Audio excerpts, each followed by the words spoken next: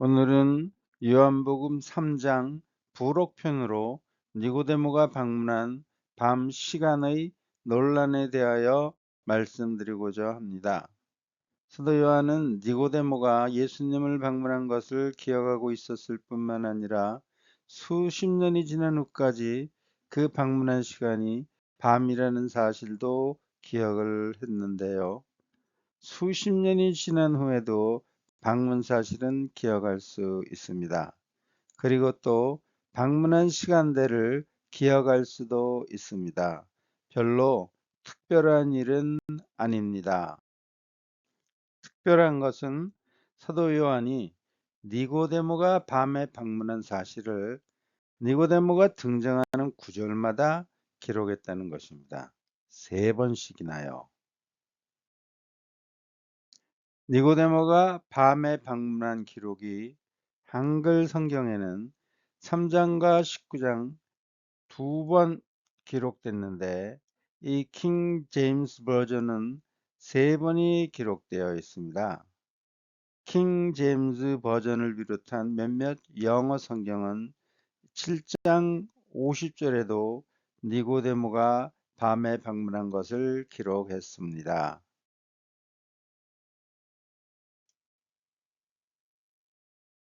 밤 시간대가 요한복음에 자주 기록된 이유는 퓰핏 커멘터리에 의하면 사도 요한에게 밤 시간은 아주 특별한 의미가 있었다고 합니다. 사도 요한이 예수님과 처음으로 함께한 시간도 밤이었고 또 예수님과 마지막으로 함께한 시간도 밤이었었다고 합니다. 니고데모가 밤에 방문했습니다. 엑스포지터스 그릭 커멘터리에는 니고데모가 예수님에 대한 궁금증을 잠자기 전에 해결하기 위해 밤임에도 불구하고 예수님을 방문했다고 기록했습니다. 요한복음 1장 19절에 의하면 사내들이는 세례 요한을 조사한 내용을 보고받았는데 나중에 예루살렘에서 들리는 소문과는 차이가 있었습니다. 니고데모는 왜 밤에 방문을 했을까요? 낮 시간대에는 니고데모도 바쁘고 예수님도 바쁘고 해서 밤밖에 시간이 없어 밤에 방문했다고 생각하면 좋을 것 같은데 성경학자들의 생각은 다릅니다. 니고데모는 절기와 안식일을 제외하고 매일 소집되었다는 예루살렘 사내들인 공회의 참석으로 바빴고 또 바리새인들은 밤에 공부했었다는 기록도 있습니다. 이 보타라는 분이 발표한 글에는 학생들은 회당에서 낮에 공부하고 바리새인들은 밤에 공부했었다고 합니다. 니고데모는 랍비로서 바리새인들을 교육해야 하는 등 무척 바빴을 것입니다. 예루살렘에서는 예수님도 바쁘셨습니다. 예수님은 대제사장의 신문을 받으면서 본인의 바쁜 생활을 말씀하셨는데 요한복음 18장 20절에는 예수께서 대답하시되 내가 드러내었고 세상에 말하였노라. 모든 유대인들의 모이는 회당과 성전에서 항상 가르쳤고 은밀히 아무것도 말하지 아니하였거늘. 그리고 마가복음 10장에는 내가 날마다 너희와 함께 성전에 있어서 가르쳤을 너희가 나를 잡지 아니하였도다. 예수님도 매우 바쁘신 것 같았습니다. 성경학자들이 주장하는 니고데모가 밤에 방문한 이유를 대략 세 가지로 정리를 해 보았습니다. 첫째는 사람들의 눈을 피해 밤에 방문했고, 두 번째 주장은 빛과 어두움으로 구별된 세상을 설명하기 위해 밤 시간 방문을 기록했다고 하고, 세 번째는 예수님과 더 많은 시간을 갖기 위해 밤에 방문했다는 것입니다.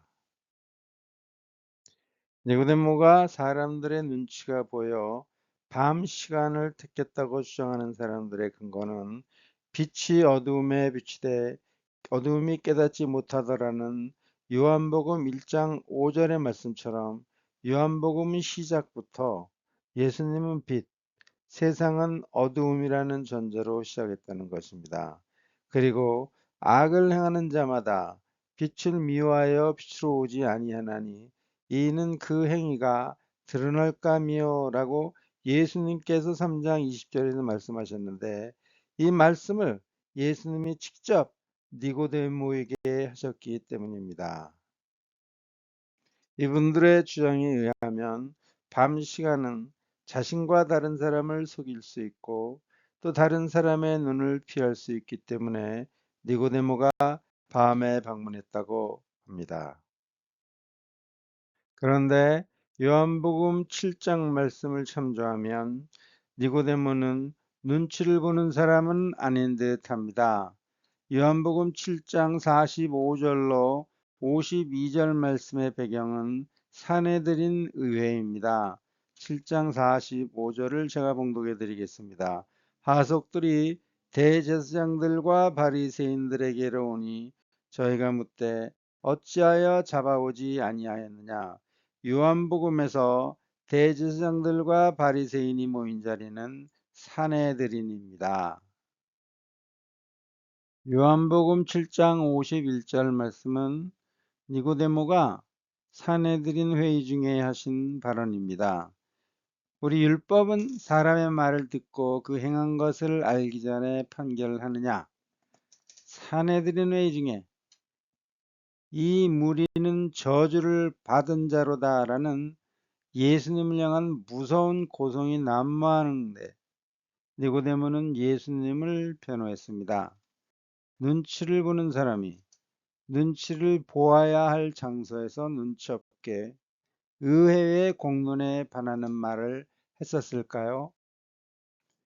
니고데모가 밤에 방문한 이유를 설명하는 두 번째 주장은 요한복음 1장 5절에 빛과 어두움처럼 어두움을 설명하기 위해 밤 시간대를 기록했다고 합니다.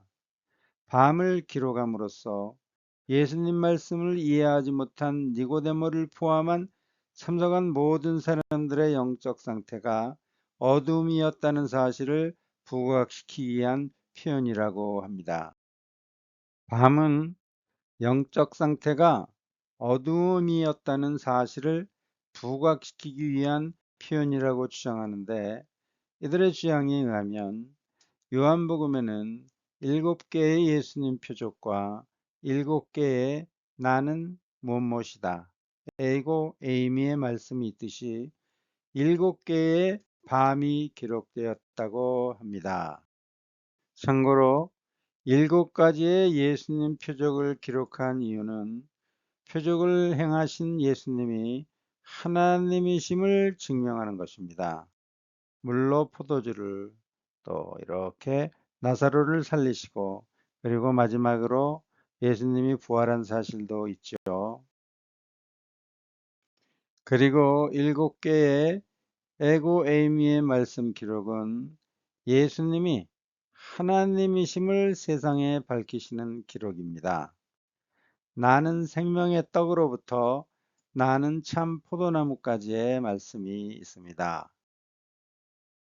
요한복음에는 예수님이 행하신 7개의 표적으로 예수님께서 하나님이심을 밝히셨고, 또 7번의 예수님의 에고 에이미 말씀으로 내가 하나님이다 라고 말씀하신 것을 기록했습니다. 참고로 요새 모슬렘 사람들이 근거 없는 주장을 하는데, 성경에는 예수님이 자신이 하나님이라고 밝히시지 않았다는 것입니다. 여러분, 예수님은 하나님이십니다. 밤도 7번 기록해서 빛과 어두움을 설명했다는 것인데, 3장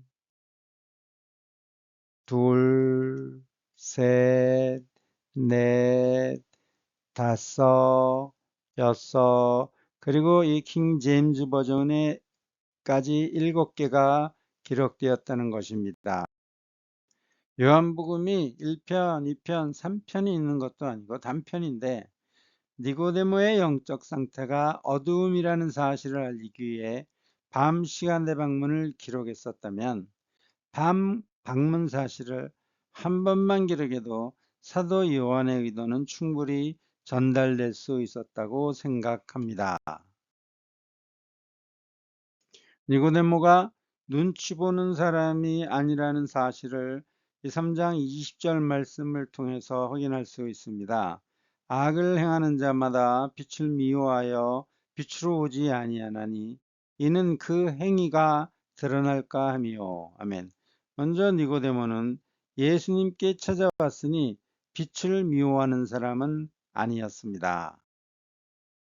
니고데모의 밤 시간대 방문의 논란을 공부하면서 니고데모가 사람들의 눈치가 보여 밤 시간을 택했다는 주장을 알아보았고, 두 번째로 참석한 사람들의 영적 상태가 어두움이었다는 사실을 암시하기 위한 것이라는 주장도 있음을 알아보았습니다.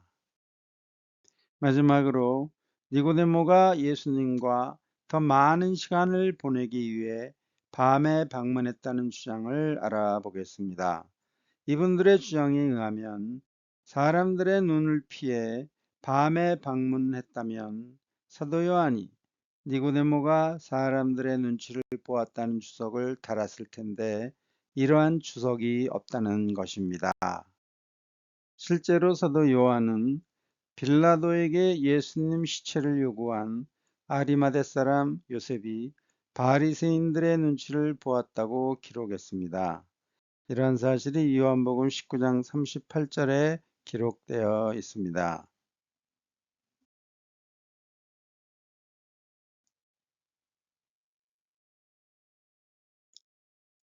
예수의 제자나 유대인을 두려워하여 의논하더니 라고 19장에 묘사된 아리마대 사람 요셉은 공관복음에도 등장합니다. 마태복음, 마가복음, 누가복음. 또 사도 요한은 관원들도 바리새인들의 눈치를 보았다고 기록했습니다. 12장 42절 말씀입니다. 그러나 관원 중에도 저를 믿는 자가 많되 바리새인들을 인하여 드러나게 말하지 못하니 이는 추례를 당할까 두려워함이러라.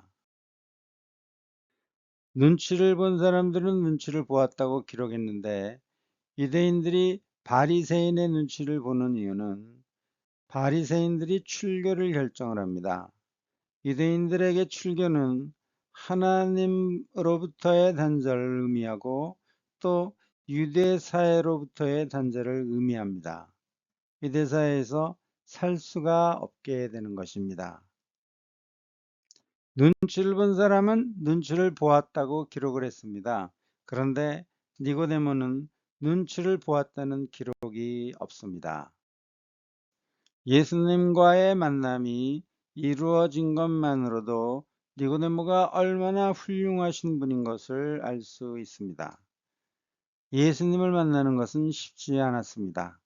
요한복음 2장 23절로 25절에는 예수님은 표적을 보고 그 이름을 믿은 사람들에게 의탁지 아니하셨으니 라고 기록되었는데 이 의탁은 믿는다는 뜻입니다. 자신의 이름을 믿는 사람들도 만남은커녕 이들을 믿지 아니하셨습니다. 믿는 의도가 달랐기 때문입니다. 예수님이 만남을 허락한 사실만으로도 니고데모는 예수님이 정하신 기준을 통과한 사람입니다. 요한복음 3장을 묵상하고 또 묵상하고 많이 묵상하다 보면은 예수님이 니고데모를 가르치면서 얼마나 많은 정성을 들였나를 알 수 있습니다. 3절에서 진실로 5절에서도 진실로 11절에서도 진실로를 말씀하면서 가르치셨습니다. 여러분 진실로가 무슨 의미인지 아시죠? 아멘 하시면서 니고데모를 가르쳤는데 얼마나 예수님께서 많은 정성을 들이셨습니까? 예수님은 땅의 일과 하늘의 일을 예로 들어가시면서 열정적으로 자세히 설명해 주셨습니다. 어느 누가 예수님으로부터 이처럼 열정적으로 정말로 진실을 담은 가르침으로 또 성실하게 가르침으로 배움을 받은 사람이 있습니까? 니고데모는 참으로 훌륭하신 분입니다. 요한복음 3장은 복음의 진수라는 말을 많이 들었습니다. 니고데모가 방문했었던 그 밤에 사도 요한은 제3자의 입장에서 예수님 가르침을 받았습니다.